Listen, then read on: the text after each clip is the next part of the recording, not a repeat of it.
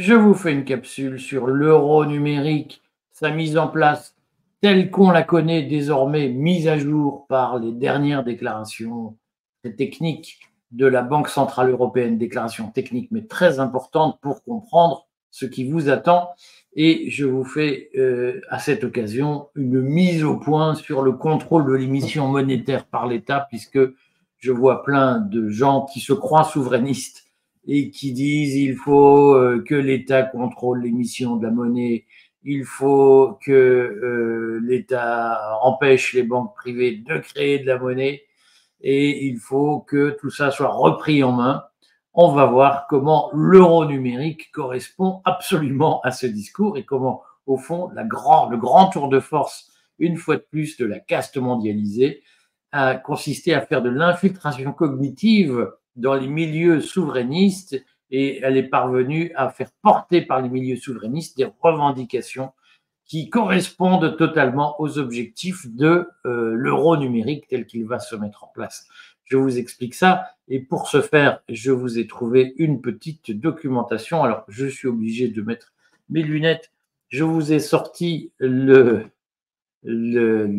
déclaration, une présentation qui a été faite par un certain Piero Cipollone, qui est membre du bureau exécutif, du managing, de l'executive board, donc membre du directoire de la Banque centrale européenne. Et ce Piero a fait une présentation à l'Eurocommerce CEO Summit, c'est-à-dire au sommet des dirigeants de l'Eurocommerce. Il a fait une présentation sur l'European Retail Payments in the Digital Era, c'est-à-dire sur les paiements au détail en Europe à l'ère digitale, c'est une présentation qui date du 14 février, donc d'avant-hier. Vous voyez, elle sort pratiquement du four, si j'ose dire. Je vous en fais une présentation la plus synthétique et la plus claire possible. Je vais vous passer en revue avec vous le PowerPoint, comme on dit, que ce monsieur Cipollone nous a fait. Alors, monsieur Cipollone, il a fait une présentation en deux parties. La première partie, elle expose la stratégie des paiements en détail dans l'eurosystème. Tout ça paraît bien mystérieux, mais ce n'est pas inintéressant parce que d'abord, monsieur Cipollone, et je vais vous faire une lecture partiale, je le dis tout de suite pour être franc, je vais vous faire une lecture partiale du diaporama que monsieur Cipollone a fait, a réalisé, a produit, a publié à l'occasion de ce sommet. Je vais centrer ma lecture sur l'euro digital, sur l'euro numérique, et montrer comment la mise en place de l'euro numérique structure aujourd'hui une stratégie de paiement en détail dans l'Union européenne. Et je vais vous expliquer à travers ce diaporama quelle est la stratégie qui va être utilisée par la Banque centrale pour vous familiariser, vous faire adopter assez spontanément l'euro numérique. Alors, d'abord, ce que nous dit M. Cipollone, dans son jargon de banquier international, il nous dit revitalisons la stratégie de paiement en détail dans l'eurosystème. Alors, revitalisons, évidemment, ça fait partie de ce genre de mots bateau où on se dit mais ça cache quelque chose, on comprend pas bien quoi. Le gars, il nous parle de quelque chose, mais on comprend pas sa visée intentionnelle. Et en fait, donc, ce qu'il vous dit, c'est que l'eurosystème a mis à jour, l'eurosystème, c'est la Banque centrale européenne, a mis à jour sa stratégie de paiement en détail 3 ans après sa première adoption. Alors, je vous agrandis la présentation. Vous voyez qu'il y a en haut à droite un petit calendrier avec des années qui sont entourées. Et en fait, ce que vous explique M. Cipollone, c'est que l'eurosystème, la Banque centrale européenne, a accéléré la mise en place de sa stratégie de paiement au détail. Et il vous explique pourquoi. Je vous le mets un peu plus loin. C'est parce qu'il y a eu des événements externes comme la pandémie, le blabla, le truc, le bidule. Et il y a un événement interne qui sont les progrès faits par l'euro numérique. Et ce que vous explique M. Cipollone, il vous dit, je vais vous expliquer comment on a décidé d'aller plus vite, d'accélérer sur l'euro numérique et sur sa mise en place. Je vais vous expliquer ce qu'on va faire pour pousser les gens à accepter librement une monnaie liberticide. C'est ça l'objet de sa présentation. Donc, il nous fait des slides tout à fait intéressantes sur les priorités pour 2024 et au-delà. Alors donc, il rappelle qu'il y a des buts existants, existing goals remain important. Il y a des buts existants qui sont très importants, mais il y a un nouveau but, new goal added, c'est son point 2, qui consiste à améliorer la résilience du paiement au détail, ce qui veut dire un certain nombre d'angoisses à calmer, notamment dans l'hypothèse où il y aurait un conflit ouvert, par exemple, avec la Russie, ou des conflits internationaux qui bouleverseraient les systèmes de paiement internationaux. Alors, ce qui serait intéressant, c'est de savoir exactement ce que recouvre ce nouveau but. On aurait aimé mettre une petite souris pour comprendre à quelles craintes exactement, quels risques nouveaux sont apparus dans l'esprit des directeurs de la BCE. Mais ce que je vous propose, c'est de surtout souligner le point 3, qui est celui qui nous occupe aujourd'hui, qui est la priorité pour 2024 et au-delà, c'est d'expliquer, explaining the complementary relationship between the retail payment strategy and the digital euro project. Et donc, on voit que, en fait, la mise à jour de la stratégie de paiement au détail dans l'Union européenne, eh bien, elle se fonde d'abord sur le besoin de clarifier les relations qu'il y aura entre le système de paiement au détail qui se met en place et l'euro numérique. Autrement dit, l'Union européenne, la Banque centrale européenne est en train de se dire, mais dans le cadre de la mise en place de l'euro numérique, comment on fait pour bien garantir les paiements au détail, au vu notamment d'un certain nombre de décisions qui ont été prises sur l'utilisation de l'euro numérique. Alors, je vous passe un certain nombre d'aspects techniques, mais qui sont tous très importants, mais qui n'ont pas forcément leur place dans la présentation synthétique que j'essaye de vous faire aujourd'hui.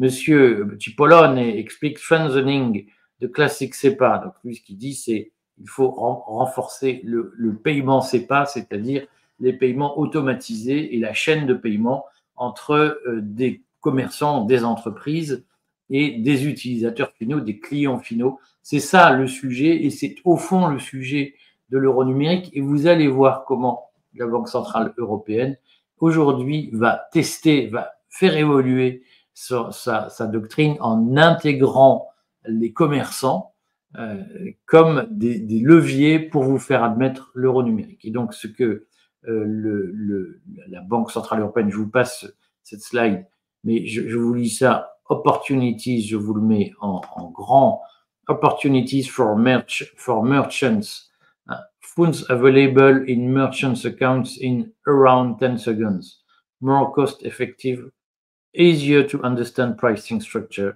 expected increased availability. Ça veut dire quoi? Ça veut dire que là où la Banque centrale européenne a compris qu'il pouvait y avoir un levier pour accélérer l'acceptation de l'euro numérique, l'adhésion à l'euro numérique, c'est de dire aux commerçants, eh bien, quand un client vient vous acheter avec une carte, et donc qui n'achète plus en liquide, quand un client vient vous acheter avec une carte de banque, aujourd'hui, il vous faut 3 jours pour recevoir les fonds, le temps que la banque qui vous prête le terminal de paiement aille piocher l'argent auprès du compte en banque du client qui vient de vous acheter un bien, et donc il faut 3 jours pour que l'opération se fasse. Et bien là, notre objectif, c'est que vous ayez l'argent en 10 secondes, c'est-à-dire que l'opération se fasse immédiatement. Et on comprend que la stratégie de la Banque centrale européenne pour faire adopter l'euro numérique, eh bien, elle va passer par la promesse faite aux commerçants d'avoir l'argent tout de suite, sans risque d'avoir des transactions qui ne sont pas approvisionnées, des comptes bloqués, notamment pour ceux qui sont en paiement différé. Donc, l'idée, c'est de sécuriser les échanges et surtout d'accélérer de façon fulgurante l'arrivée de l'argent sur le compte en banque du commerçant. Et là-dessus, donc, monsieur Cipollone pose le problème de la complémentarité avec l'euro numérique en expliquant que, eh bien, ce qu'il faut, c'est qu'au fond, l'euro numérique s'intègre dans cette stratégie de 10 secondes entre le moment où le client achète et le moment où l'argent arrive sur le compte en banque du client et du commerçant. Et donc, on vous explique qu'il faut que ce soit plus résilient, plus dynamique, etc. Et qu'il faut d'une certaine façon mettre en avant les avantages de l'euro numérique auprès des commerçants pour qu'ils vous poussent à adopter vous-même l'euro numérique. Et lorsque vous irez les voir, vous direz, bah, vous avez le choix entre ma carte de banque classique et puis ma carte avec de l'euro numérique. Le commerçant va vous dire, ah bah, je préfère l'euro numérique. Et là, vous allez être poussé à utiliser l'euro numérique comme moyen, comme solution de paiement. Alors, ce qui est important, c'est de comprendre dans les slides qui suivent ce que la Banque centrale européenne ne vous dit pas sur l'utilisation future de l'euro ou de l'euro numérique. On vous a pas tout dit. Donc, là, vous avez une slide, une diapositive sur un euro numérique qui préserverait la liberté d'usage, la libre concurrence monétaire d'une certaine façon pour 349 millions de personnes qui vivent dans la zone euro. Je vous mets la petite diapositive en plus gros pour que vous puissiez la lire. Et donc, l'idée, ce que le monsieur Cipollone dit, c'est que les paiements en cash, en liquide, sont passés de 72% en 2019 à 59% en 2022. Et que les achats en ligne ne représentaient que 6% des achats en 2019, ils en représentent 34% en 2022. Et donc, vous voyez bien qu'il y a pour la Banque centrale européenne l'idée qu'il faut accélérer les opérations de mise en place de l'euro numérique parce que, au fond, le Covid a été un formidable instrument pour accélérer la bascule vers les achats en ligne et vers les achats par carte, par mode de paiement numérique d'une certaine façon. En tout cas, ça a été un accélérateur de l'effondrement du paiement en cash. Et donc, la promesse que fait Making People's Lives Easier, rendre la vie des gens plus facile, c'est ça la promesse qui sera faite par l'euro numérique et qui consiste donc à fournir des moyens de paiement numériques que les consommateurs pourront utiliser gratuitement pour n'importe quel paiement numérique, n'importe où dans la zone euro. C'est la dernière phrase. Providing a public digital means of payment. Et c'est ça l'objet, la promesse qui est faite aux consommateurs. Mais ce qui est intéressant, c'est de voir la promesse qui est faite aux non-consommateurs, c'est-à-dire aux commerçants qui vont vous vendre des produits en vous disant mais utilisez l'euro numérique plutôt que le reste. C'est ça la logique, l'argumentation de la Banque centrale, ça va être de dire eh bien nous allons fournir un argumentaire aux commerçants et des bonnes raisons pour les commerçants de développer cet argumentaire auprès de leurs clients pour faciliter l'adoption de l'euro numérique. Alors on rappelle dans quel cadre cette crainte de voir l'euro numérique boudé par les consommateurs s'installe, c'est parce que en Chine, le yuan numérique a fait un bid monumental parce que les consommateurs ont préféré utiliser le yuan papier, le yuan fiduciaire, plutôt que le yuan numérique. Et donc aujourd'hui, les banques centrales se posent la question de comment on va faire, nous, pour éviter le même bid que le yuan numérique. Alors, je vous passe les slides de propagande que M. Cipollone a développé et je souligne juste cette diapositive dont le titre résume l'argument idéologique, le slogan, le nudge qui va être utilisé pour pousser à l'utilisation, à l'adoption de l'euro numérique. Et donc ce nudge, c'est Digital Euro offers merchants a state-of-the-art payment solution and easy access to Europe's consumers. Donc, un euro numérique offre aux commerçants une solution de paiement dans les règles de l'art et un accès facile aux consommateurs européens.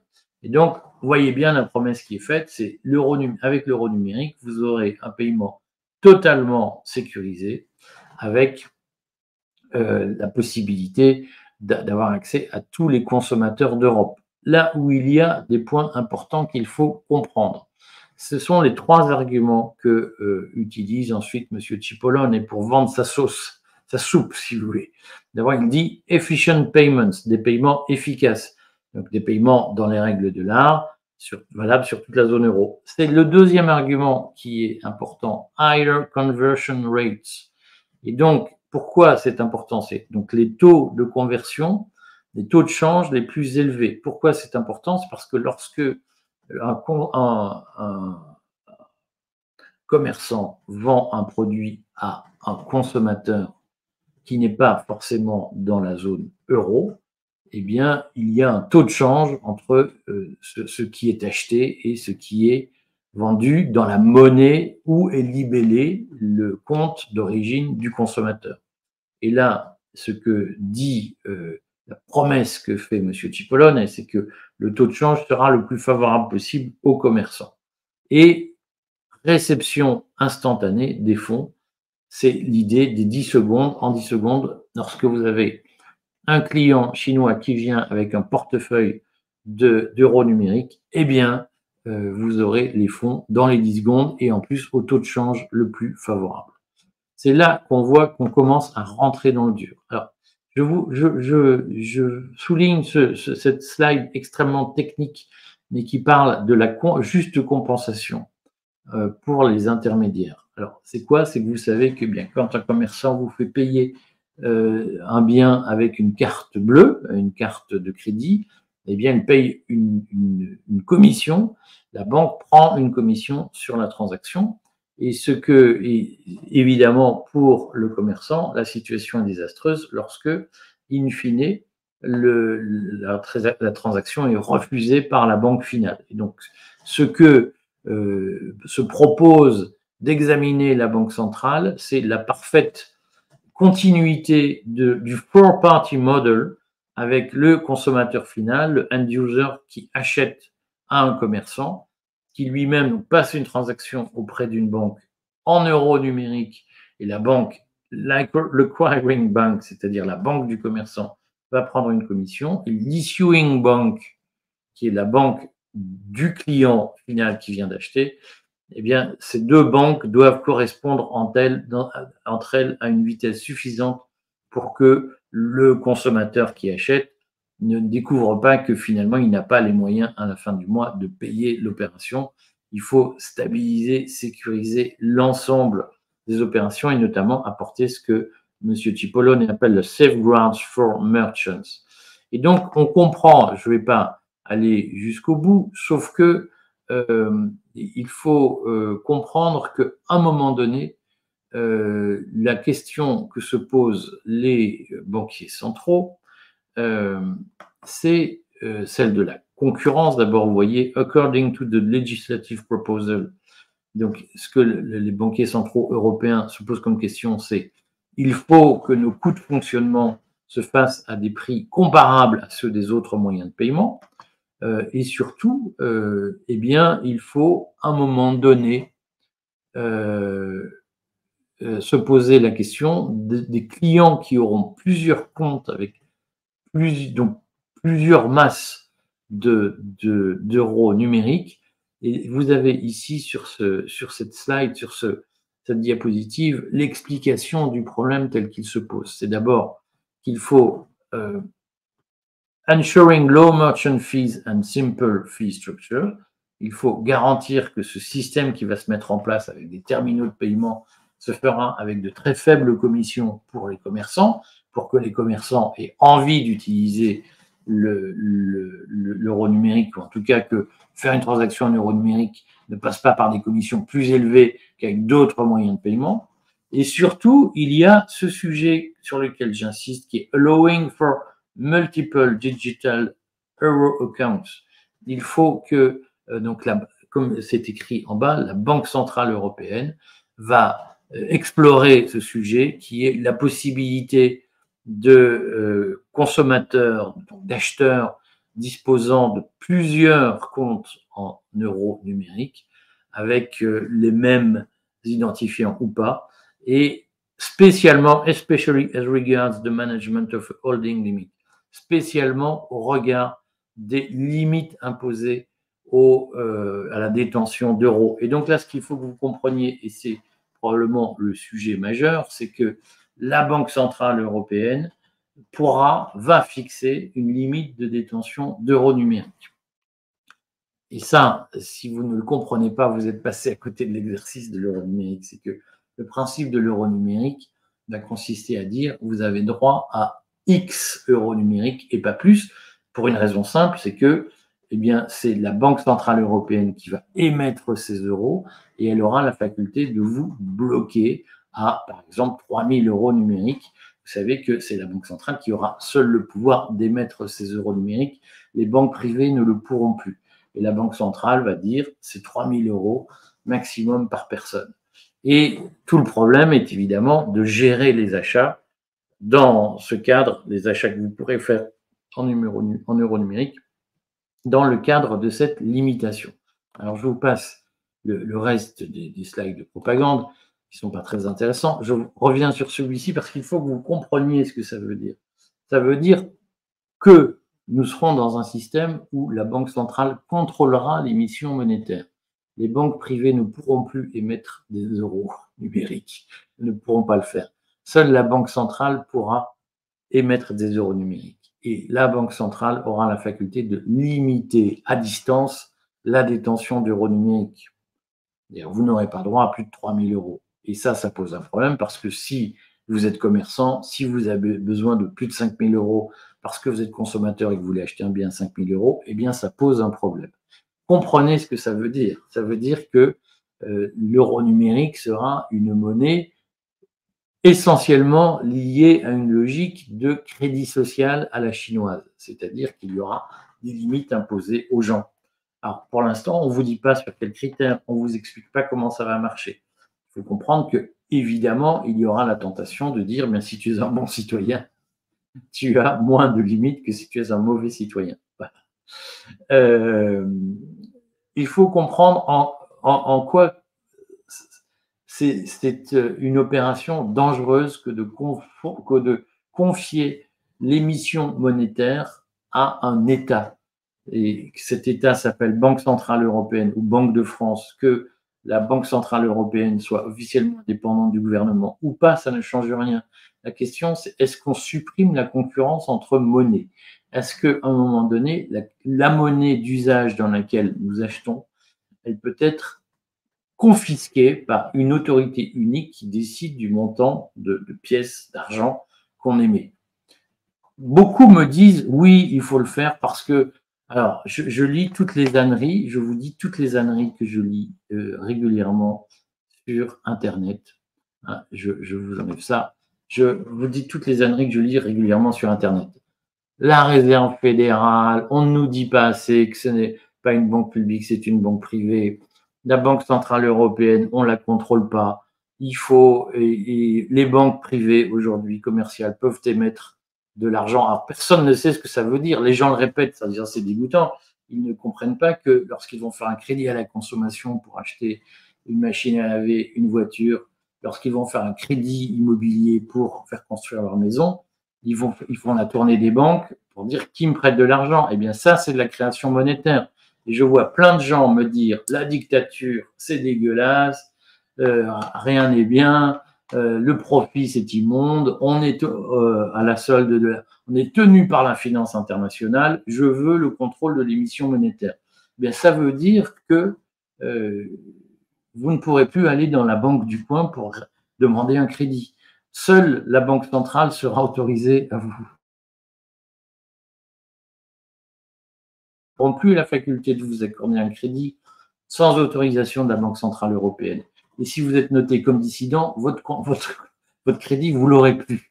Alors, sur le fond, je vois aussi plein de gens qui me disent le crédit social chinois, c'est honteux, etc.